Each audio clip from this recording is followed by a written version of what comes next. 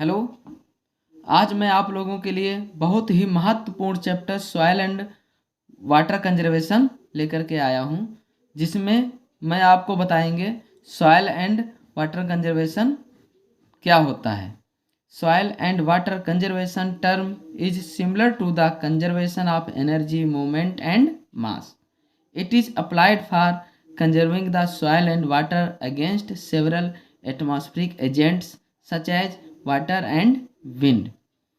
मृदा और जल का संरक्षण करना सॉइल एंड वाटर कंजर्वेशन कहलाता है।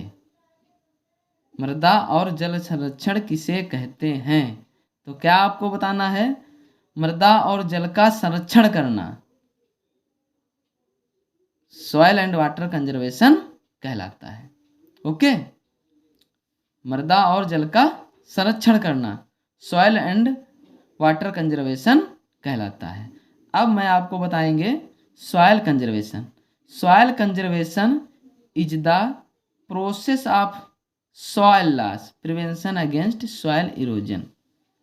सॉइल कंजर्वेशन वह प्रक्रिया है जिसके द्वारा मृदा हानि को बचाया जाता है या मृदा हानि को रोका जाता है।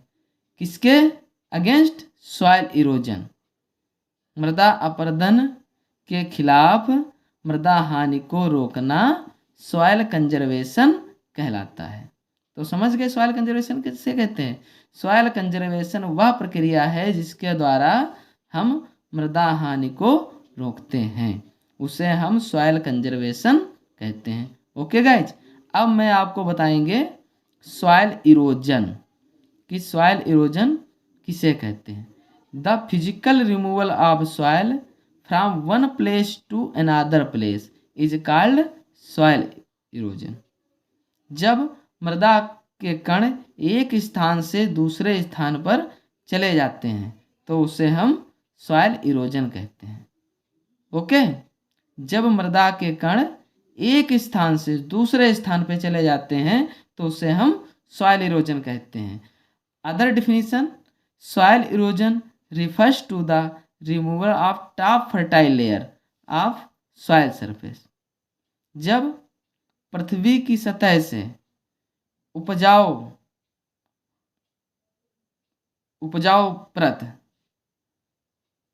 की हानि हो जाती है या क्षरण हो जाता है तो उसे सॉइल इरोजन कहते हैं।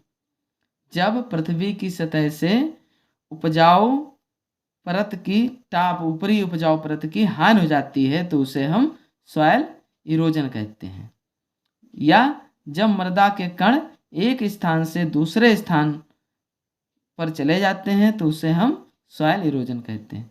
ओके गाइज, आज मैंने आप लोगों को सॉइल एंड वाटर कंजर्वेशन के बारे में बताया और सॉइल इरोजन क्या होता है उसके बारे में बताया। तो हम आपसे आशा करते हैं कि आप सॉइल एंड वाटर कंजर्वेशन के बारे में जान गए होंगे और सॉइल इरोजन के बारे में जान गए होंगे। ठीक है, okay guys, thank you very much.